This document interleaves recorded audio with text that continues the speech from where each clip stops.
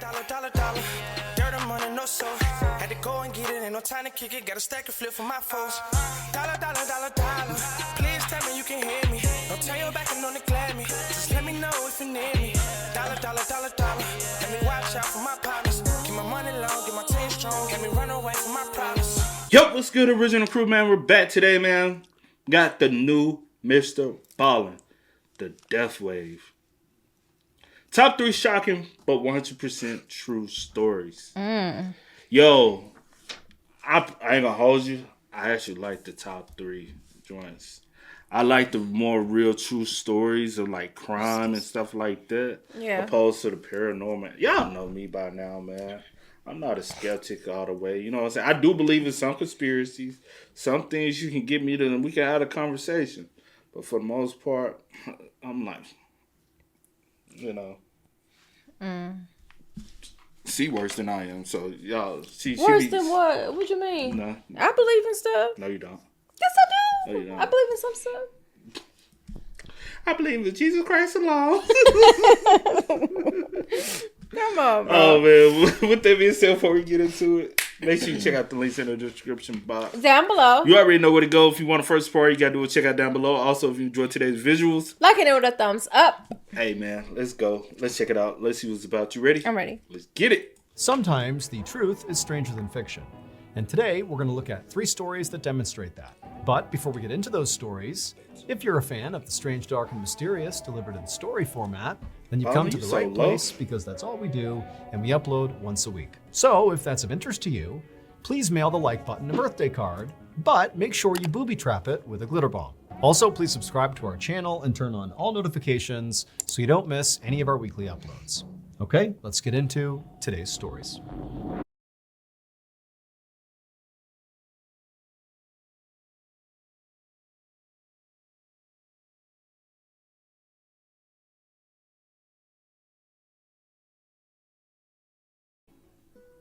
One day in March of 2012, a 5-year-old girl named Maria sat on the floor of her kitchen in a city in northeast Brazil, eating an empada and watching her aunt cook some stew.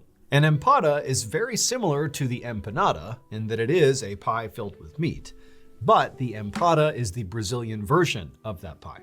Maria's family was actually known for their cooking, specifically their empadas. In fact, at this very moment, Maria's mother was out selling their famous empadas on street corners and in bars and local restaurants. Now, the family got by okay this way, but despite their notoriety around these empadas, they really wanted more. They wanted their family name to be respected, to be powerful. And so to try to make that happen, Maria's family basically worked 24/7. Not just on making empadas, but basically in looking for ways to kind of grow and expand the family name. In fact, while Maria was sitting on the kitchen floor, she could hear her father in the other room working. And the reason she knew he was working is because periodically she could hear him yell out with excitement.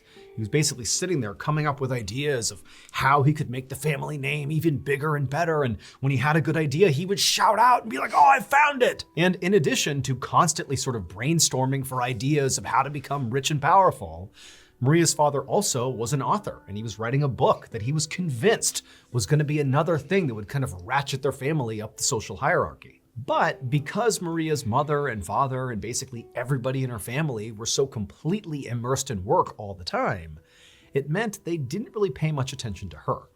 And so most of the time, Maria was just kind of on her own, usually playing in the kitchen or playing in the backyard. Just then, the front door opened and in walked Maria's mother, and she was grinning ear to ear, not only because she now had an empty tray, meaning she had sold all her empadas, but also she had brought someone along that she was really excited to introduce to Maria. Maria's mom stepped all the way into the kitchen, and right behind her was this young woman. And Maria's mother pointed at this young woman and then gestured for Maria to come over and say hi. And she told Maria that this young woman wants to become her new nanny. And so you guys can play together all the time while me and your father are out doing our work. Maria stood up and gave a shy smile to the young woman, but she wasn't sold that this woman actually would become her nanny. Because in the past, there had been other women who had come by to be her nanny, and they didn't seem to last very long. And so Maria was not getting her hopes up. Still, Maria wanted to be friendly, so she walked over and, as a gesture of goodwill, she handed this woman her half-eaten empada. And the young woman took the empada and laughed and said, "Thank you." After that, Maria's mother told her to head on out back and go play by herself for a bit while she and this new nanny hammered out the details of her new job. And she told Maria that as soon as they were done, the new nanny would come outside and join her and they could play together. And so Maria, who was always very obedient, did as she was told, and she headed out back and entertained herself. And the whole time, as she's just kicking rocks around and pulling grass up and just kind of doing what kids do, she kept looking back at the house, waiting for the nanny to come outside. But she didn't. And after a whole hour had passed by and still this new nanny had not come outside, Maria felt really bored. And so she went inside to go look for her. A month later, Maria was out in her backyard playing by herself like usual when she heard a commotion happening inside of her house. She looked over at the house and couldn't really tell what was going on. And then she heard the sound of her mother and her father and her aunt raising their voices like they were fighting with somebody. And then all of a sudden, these uniformed police officers came charging out the back door towards Maria. One of the officers came right up to her and asked her what her name was. And Maria was so scared, remember she's 5 years old here, that she didn't even know what to say. So she just stood there staring, being totally terrified. She had no idea what was going on. But as these police officers would soon tell her, it would turn out her entire life was one big horrific lie. Maria's father, George Silvera, was not actually her father, nor was Maria's mother, Isabel Silvera, her actual mother, nor was her aunt, Bruna Silva, actually her aunt. What's that? In reality, those three people were not related to Maria. Not related. They were instead members of a cult called the Cartel Sect. And all these three cult members cared about was impressing the members of the cult. When they thought about, making it big, their so-called family name becoming bigger and more powerful, that was all in relationship to the Cartel Sect. They wanted the members of this cult to look at them as the most powerful and important members of that cult. And the way they tried to do that was by performing the duties of this cult to the best of their abilities, better than anybody else in the cult. And so what did this cartel care about? Well, the literal purpose of the Cartel Sect was to eliminate women they deemed unclean in order to reduce and purify the world's population. And Maria's family, the mother, the father, and the aunt, had become very well versed at doing this. All those nannies that came around to see Maria, well, the reason they kept vanishing is because shortly after the mother, the father, and the aunt introduced them to Maria and said, oh, she's gonna be your new nanny, they would shoo Maria out into the backyard, and then they would murder the nanny because this person had been deemed unclean. They would cut their throats and stab them to death. But that wasn't all. That wasn't enough cleansing. After they murdered these women, they would then butcher them and stuff the human meat into their famous empadas and sell them to the people in town. They literally were feeding people in this city human meat. But the cult and the cannibalism and the murders were not actually the biggest shock of this story. Was it? The biggest shock of the story is actually the real identity of little 5-year-old Maria. She was actually the daughter of the very first victim of the Cartel Sect. The mother, along with Maria, 3.5 years earlier, when Maria was just 1.5 years, they had been lured to this very house where her mother was murdered right in front of Maria. And then after her mother was killed, they cooked her mother and fed pieces of her mother to Maria. And ever since, they had just kept Maria and treated her like she was a member of the family, basically turning her into an unwitting cannibal. The existence of the cult and their hideous murders were ultimately discovered after they used one of the credit cards of their victims sometime in the spring of 2012. That's when all the cops rushed into the backyard and confronted Maria. George, Isabel, and Bruna, Maria's fake family, were convicted of 3 murders, including the murder of Maria's real mother, and they are currently serving what amounts to life sentences in Brazil. Police believe the actual number of women that they murdered is as many as 8. As for Maria, according to recent news articles, she was reunited with distant family. Maria is not her real name. That is a pseudonym to protect her identity. Yeah. You motherfucking lying, bro. We all eating human, and it's selling good. It's selling good. They like, Isabel, you gotta make us some of your famous. Bro. I know you lie, bro. And the daddy one just fucking Isabel. He was you see how he was kissing her hand? Bitch, please. What you said? He was fucking both of them. Both of them. That was his concubine, whatever the fuck. Bro, y'all are weird, bro. Rest in peace to all them women, cause what in the world? And And- I hope Maria. I hope she don't grow up and even know the story. Because ain't no telling how many of them things she ate on a regular. And she's like, she Or just might to know, like, she might end up craving human meat. oh, and not even. Not even willingly, but just because she ate her own mother. Man, you know. Bro, if I'm in that community, I'm like, let me in jail. I'm finna, bro, you fed me We human. tag teaming, bro. I know we tag team. Yes, we are. The whole community coming out, bro. That's what I'm talking about. I'm saying the whole community. That's we what I'm rallying. saying. The whole saying, community. you Yeah, said yeah, tag whatever. team too. That's 2 or 2. That's however many you want it to be, in my eyes. No, that's jump.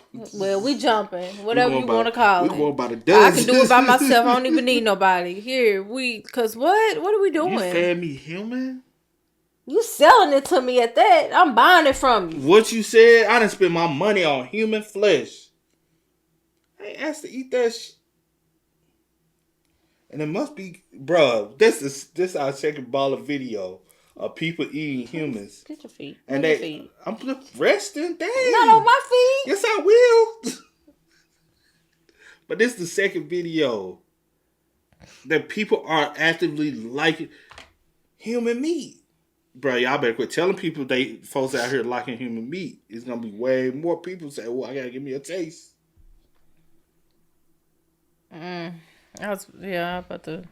Y'all season it well. Ugh. Like you really seasoning it, saucing it up. You really Boiling cooking it down, butchering it. Like you sick. That is sick. Maria is not her real name. That is a pseudonym to protect her identity. Ew.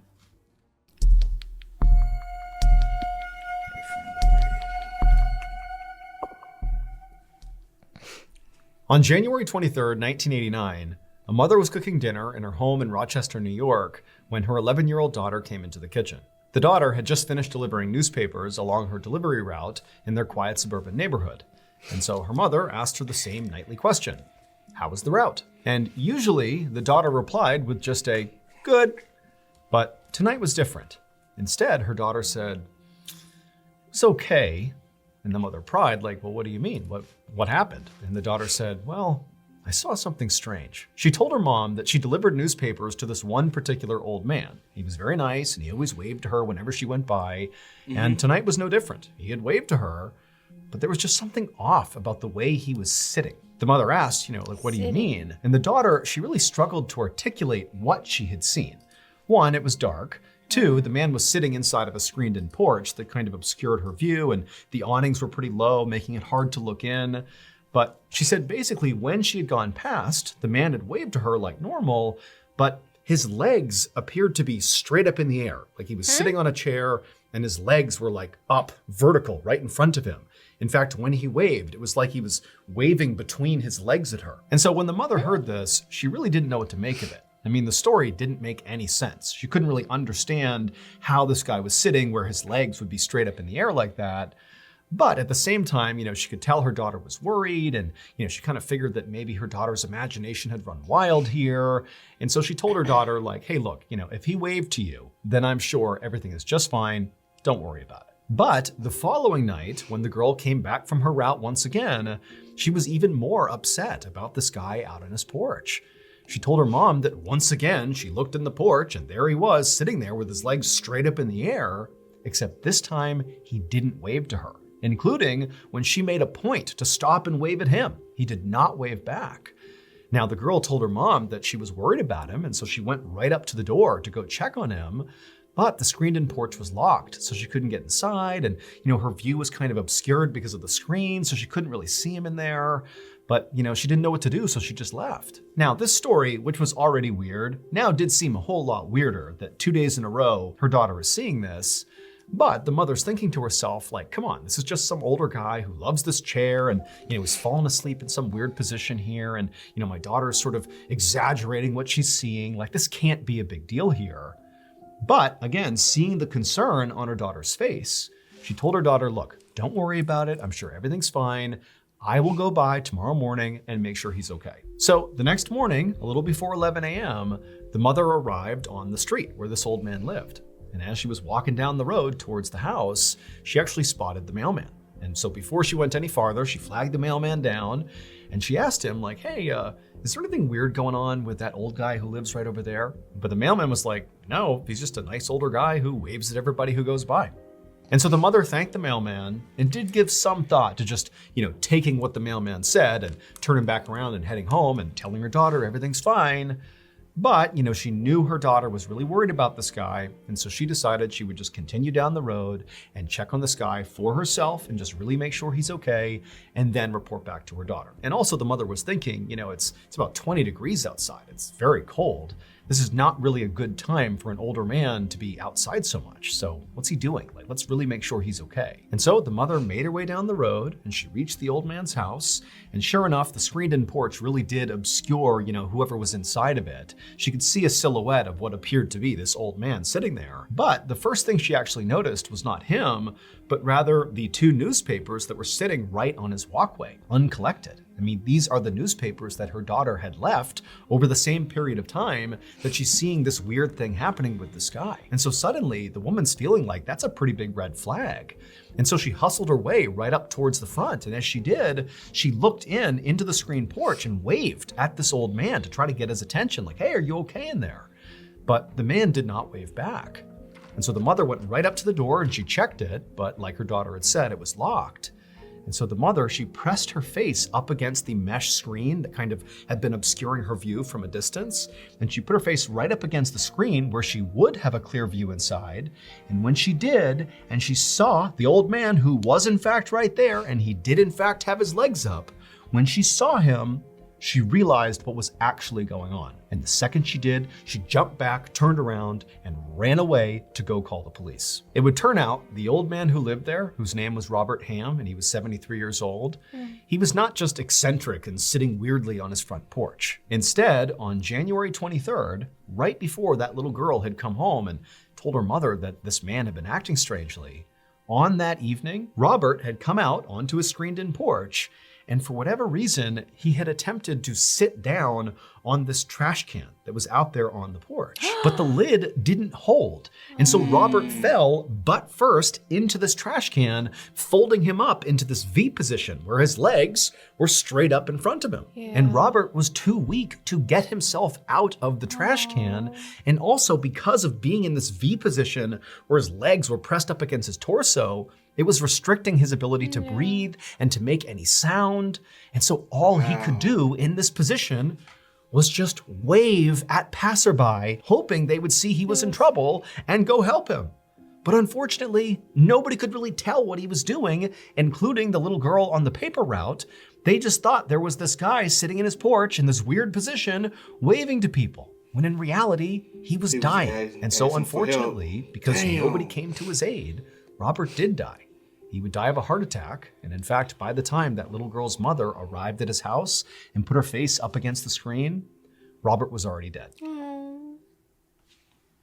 Damn, that's sad, bro. That is sad. That's a horrible way to go out. And everybody think he's just waving. Because it's something he do. Because he's probably old and frail and now weak. Or is that really what he do, or he been like that for a couple of days? Right. Well, she said the daughter said before he always waves. Yeah, but in this situation, he was in a different position. And then the last time he did it, so that's what even made her more worried because he normally waves and he didn't wave back. Yeah. But this time the leg position was awkward. So, wow. He was just trying to flag somebody down, bro. That is beyond sad, man. 73. I want his time. It's not his time, man. Damn. I hate to hear stories like that. I do too.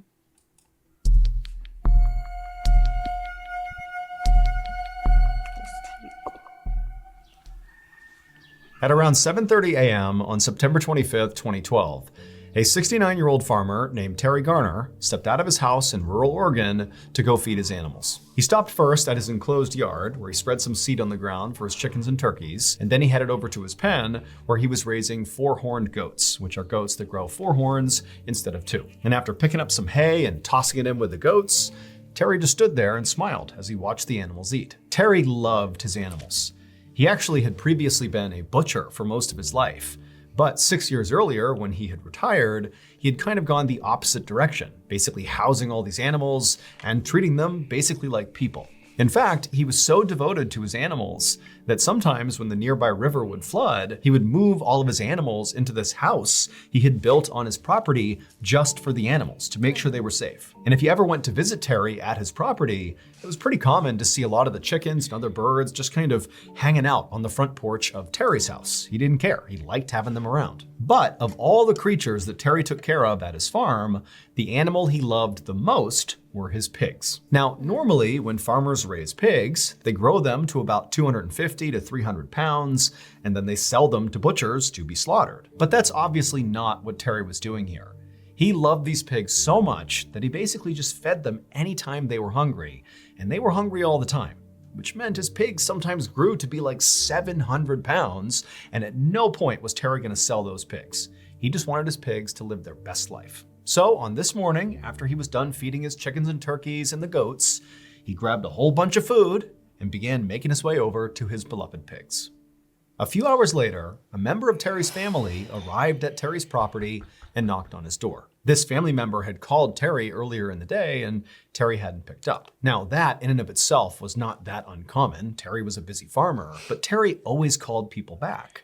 And so far he hadn't. And so this family member was here just to check on him and make sure he was okay. And so after a few minutes, when Terry did not come to the door, the family member grew more concerned about Terry and decided they would just walk the whole property and just go find Terry and see what he was doing. And so the family member left the porch and walked all around the property. They saw where the chickens and turkeys were. They saw the goats. They saw the pigs. But that was it. All they saw were animals. Terry was nowhere to be found. It was like he was gone. And so the family member was just about to turn around and head back to Terry's house to see if, maybe he really wasn't there, when suddenly something caught their eye in the pig pen. Now, at first, what they were looking at just seemed impossible. Like, how could that be there? That doesn't make any sense. But when the family member walked over and got a closer look, they knew for sure what they were looking at. And as soon as that truth sunk in, they turned, ran to the house, and called the police. It would turn out, earlier that morning, when Terry had walked into the pig pen to feed his beloved enormous pigs, somehow or another, he had wound up on the ground.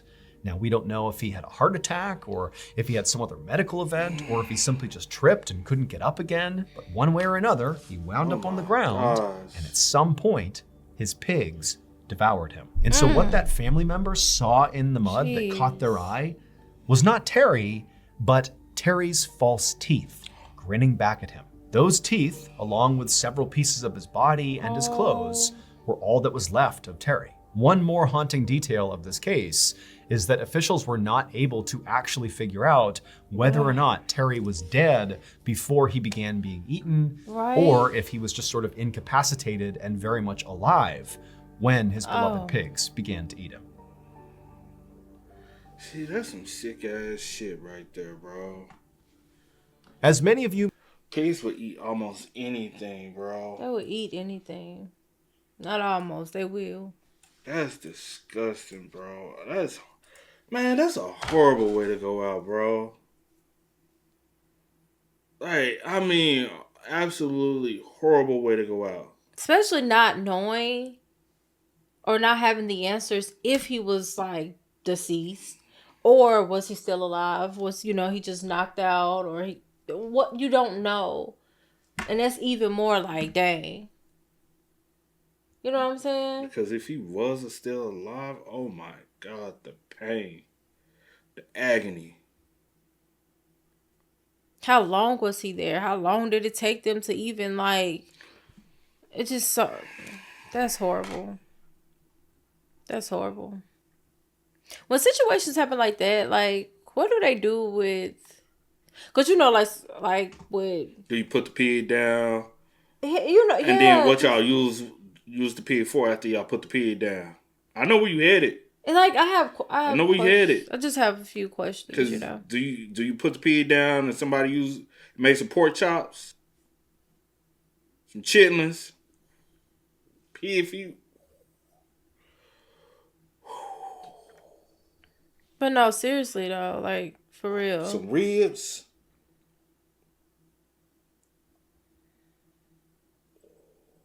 Okay, yeah, that's enough. But Hey, even more stuff. Did somebody take the body and go make some gelatin? Some lipstick. Just imagine, bro. The things they use pigs for. And if they didn't put them pigs down, they just sold them to like a butcher or something, and a butcher, man. like, yeah, you know what I'm saying? Those are like I have those questions. Especially if this pig just ate a whole human. Pigs, because I'm pretty sure it wasn't pigs. Y'all like big ass pigs. You know what I'm saying? Somebody looking at that as a cash grab. And I was just about to say they want to be like them pigs too damn big to not profit off of. Oh, I know you lying. Somebody has a fat ass real like.